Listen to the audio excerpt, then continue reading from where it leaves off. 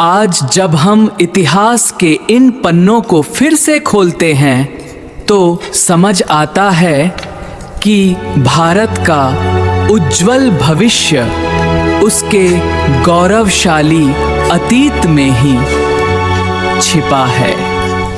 हमें भारतीयों को हमेशा यही पढ़ाया गया है कि जब अंग्रेज आए तब भारत गरीब, अंधविश्वासी और अनपढ़ था। लेकिन क्या ये सच है? इतिहासकार धर्मपाल की पुस्तकें और खुद ब्रिटिश अधिकारियों की गुप्त रिपोर्ट्स कुछ और ही कहानी बयां करती हैं।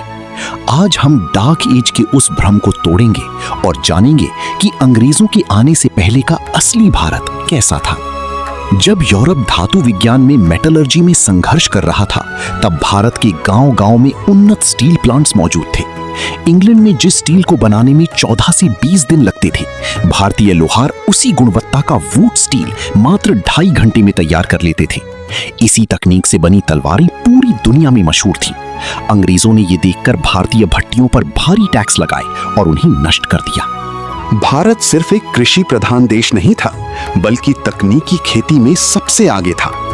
थॉमस मुनरो की रिपोर्ट के अनुसार भारत में प्रति एकड़ उपज इंग्लैंड की तुलना में 3 गुना अधिक थी। दक्षिण भारत में जल संरक्षण के लिए लाखों तालाबों का नेटवर्क था। अंग्रेजों ने नहर प्रणाली तो शुरू की, लेकिन हमारी पुरानी और कुशल सिंचाई पद्धतियों को खत्म कर दिया, जिसके कारण बाद में भयंकर अकाल पड़े। 18वीं शताब्दी तक विश्व व्यापार में भारत की हिस्सेदारी 24% से भी अधिक थी। भारतीय मलमल और सूती कपड़े की मांग इतनी थी कि ब्रिटेन के उद्योग ठप होने लगे थे। ब्रिटिश संसद में भारतीय कपड़ों पर प्रतिबंध लगाने के कानून तक लाने पड़े थे।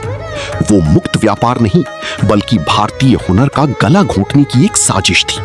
हैरानी की बात यह है कि जिस चेचक के टीके के लिए हम पश्चिम का आभार मानते हैं, उसकी स्वदेशी पद्धति भारत में सदियों से थी। ब्रिटिश डॉक्टरों ने खुद स्वीकार किया था कि भारतीय वैद्य पथरी के ऑपरेशन और प्लास्टिक सर्जरी जैसी जटिल क्रियाएं अद्भुत तरीके से करते थे। बाद में अंग्रेजों ने इसे अवैज्ञानिक घोषित कर दिया ताकि वे अपनी मेडिकल प्रणाली हम पर थोप सकें। शिक्षा के बारे में सबसे बड़ा झूठ फैलाया गया है।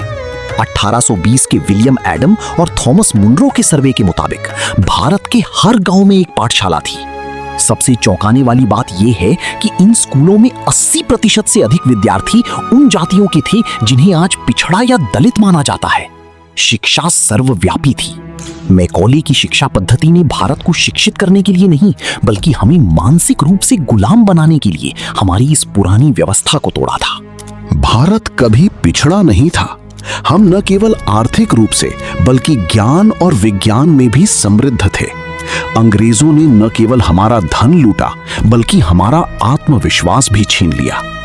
आज जब हम इतिहास के इन पन्नों को फिर से खोलते हैं, तो समझ आता है कि भारत का उज्जवल भविष्य उसके गौरवशाली अतीत में ही छिपा है। तमसो मा ज्योतिर्गमय। जय